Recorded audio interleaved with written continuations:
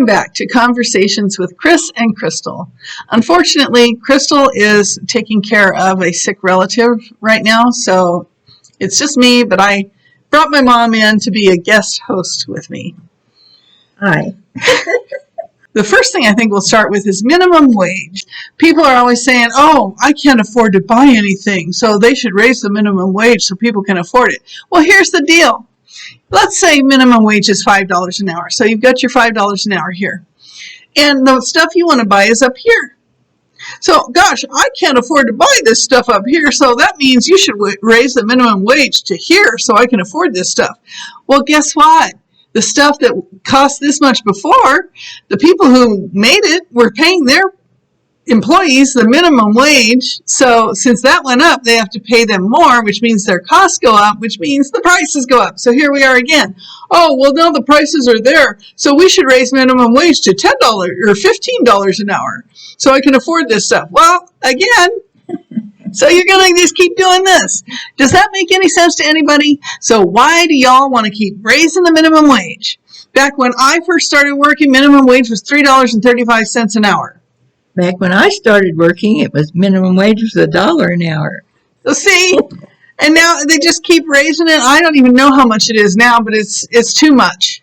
Because minimum wage was never, ever intended to be a living wage. It was supposed to be for people first starting out. You can get your toes wet in some career that you might be interested in. It was for kids just out of high school or even still in high school, getting the little extra money so they don't have to bother their parents for allowances and whatever.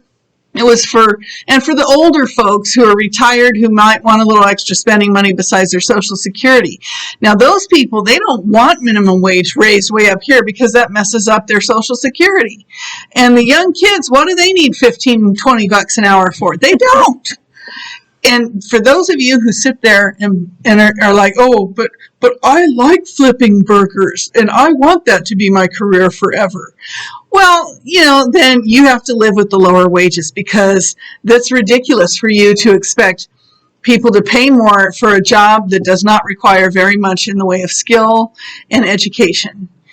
And if you like flipping burgers so much, then take the extra time to become a chef and work at one of those fancy joints where you can get more money. Otherwise, stop complaining. Okay, on to the topic of women's equality. A lot of the problem with that people have with the whole equality question is the fact that people have misinterpreted the Bible. They seem to think that in the Bible supposedly says that women are supposed to be treated like garbage. Well, that's not true. God made woman from Adam's rib, not from his head, not from his feet. So she's not supposed to be above him, and she's not supposed to be beneath him. They're side by side. God created men and women equally. Now, he did say that men were supposed to be the leaders, and I believe that they should be leaders. But in my experience, men are stupid and jerks. But those of you who want to get married, people have complained in the past, women have complained in the past about the honor and obey your husband part of the vows. Well, being submissive to your husband does not mean, it's not a master-servant relationship. It is a lover and beloved relationship, just like Jesus and the church. Jesus is the lover, the church is the beloved. So it's the same with the man and woman relationship. The man is the lover, the woman is the beloved. So the man protects the woman, ideally. And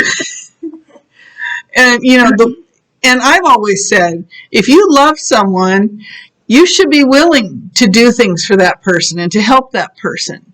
It's not a question of, oh, I'm his slave kind of thing. It's, what can I do to help him? And he should be thinking the same thing about the woman. In fact, in my parents' marriage, the idea was the man takes care of all the stuff outside the house, and the woman takes care of the stuff inside the house. And he takes care of the car, too. Well, that's part of the outside to me. But, it takes care of the car, the yard, anything that's wrong with the house, all that stuff, the mechanical, whatever. Well, since I'm a widow, I have to do a lot of those things that your dad did for me and or did for all of us. Yeah. So, and what I can't do, I have to hire somebody to do it. Yeah. So that's the other thing that comes along with that. But whatever you guys are good at, that's what you should be doing for each other. Now, as for equality, biologically speaking, women are not equal to men, and they never will be, because men are stronger. They were built that way. Transgenders have proven this in sports because, I'm a guy and I swim and man, I just can't get beyond 14th place against those other guys. So I have an idea. I'll say I'm a woman and then I can beat them hands down because I'm faster than them because I'm a man. So, and that's another thing that irritates me is all these people when COVID came around, trust the science. Trust the science. Well, how come you're not willing to trust the science where biology is concerned? There are two genders. Nature has proven that time and time again. There's never any more than two genders. Flowers have two genders. Trees have two genders. Animals have two genders. You never see a dog running around going, oh gosh, I think I'm a girl dog. Come on, people. People can't even define what a woman is anymore. You got these weirdos out there going, with a circular argument. Well, a woman is anyone who identifies as being a woman. That's a circular argument. It's a logical fallacy. And that's stupid. So, again, with biology, I believe the proper or close to a proper definition would be that a woman is basically the opposite of a man and able to bear children, which men cannot do. And I don't care if they get their parts cut off, they're never going to be able to bear a child because they don't have eggs. Women are the only ones that have the eggs. Yeah. As for ERA, the Equal Rights Amendment, it never passed, and it doesn't need to, because women, when we got the right to vote, we got the same rights that men got. And now, back in the past, they used to pay men more than women. That's not the case anymore.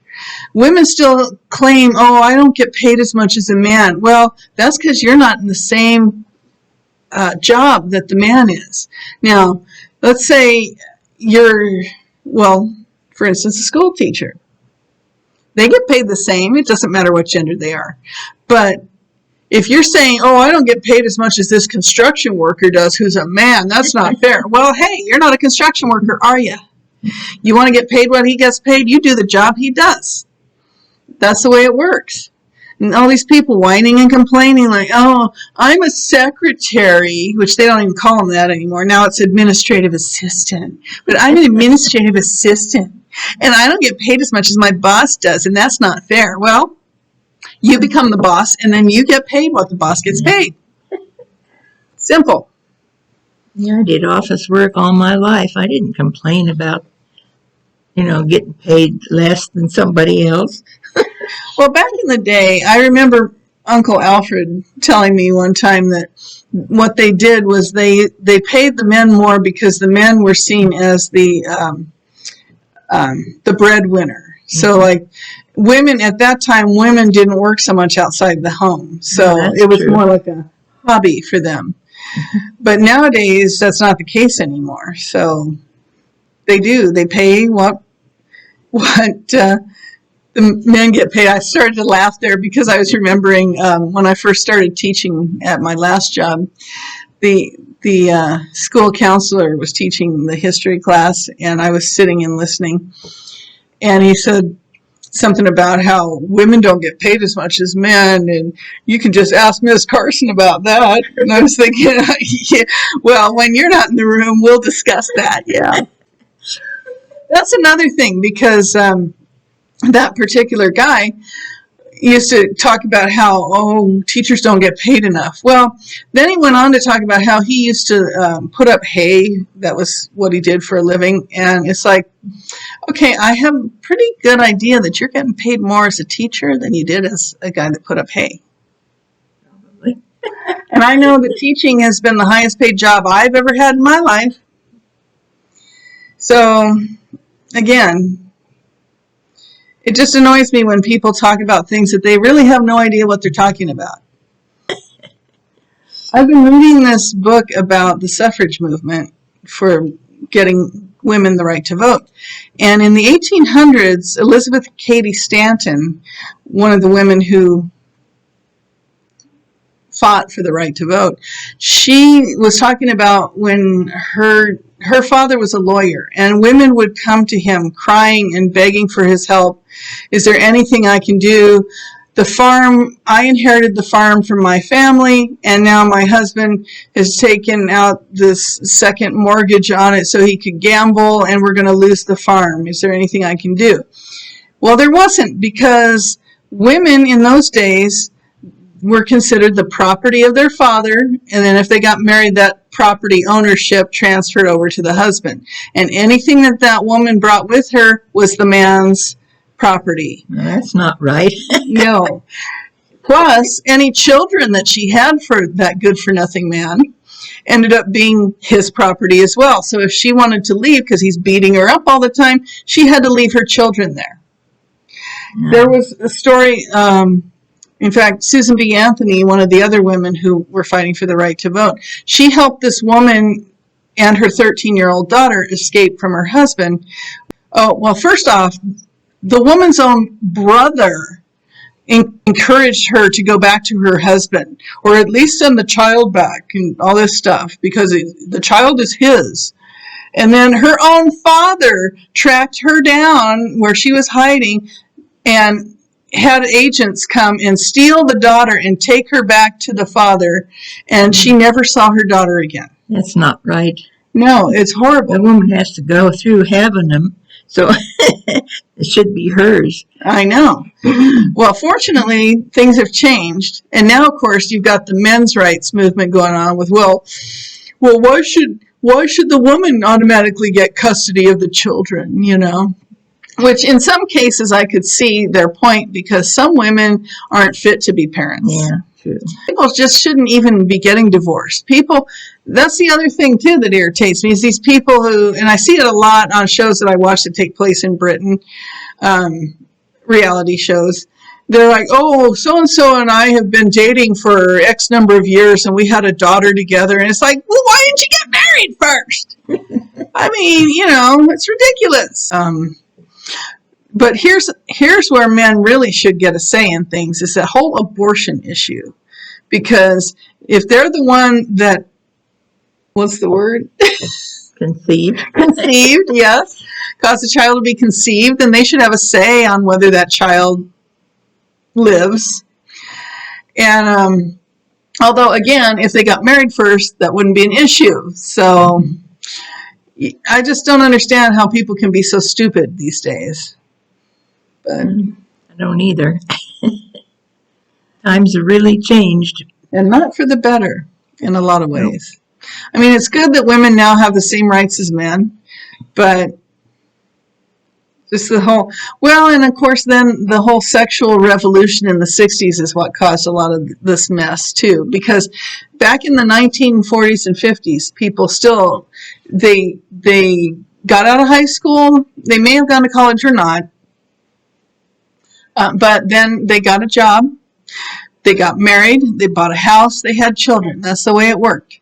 Nowadays, people are all, oh, you know, I don't know what I want to do with my life. And they don't grow up, basically.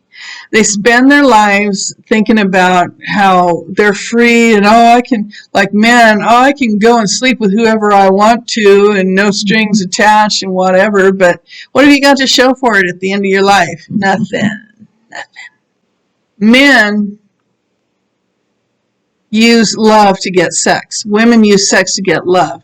So if you're using sex to get love and you're not married, you're not going to get the love. You're just going to waste your time and your body on having sex with these men who could be giving you who knows what kind of diseases. and you could get pregnant, and then you don't have anybody helping you raise that child. And so if you choose to kill that child, you are a murderer. I'm not going to sugarcoat it, because you are. True. And especially nowadays, what they do with this whole partial birth abortion thing. And even Biden, I think, said, oh, once the baby's born, then we'll figure out what to do with it. It's like, that is murder. Mm-hmm. That is murder. So think about it. Yeah, it should be like it was in the good old days when people, they get married and have children and stay together forever. Yeah. Well, and there is some thought too to the idea of arranged marriages, because I've watched You everything. should have let me pick out yours. I don't know. You liked Michael, and he turned out to be a dud. But anyway, but yeah, arranged marriages, they're no worse than picking them out for yourself, because I mean, if you trust your parents, then they should be able to pick out somebody that you could live with and not hate, But when you pick them yourself, you have no idea of their background or what's going on or what kind of personality they have, and by the time you find out, it's too late. But when people arranged marriages, they would find out all this stuff about the person, and then they would, I don't know, trade some goats or chickens or something, and set it all up, and there you go. And that was a long time ago. But anyway, so I guess that's all I have to say about that for today. So as Crystal and I always like to say, remember, take care of yourself, because nobody else will. See you next time. Bye.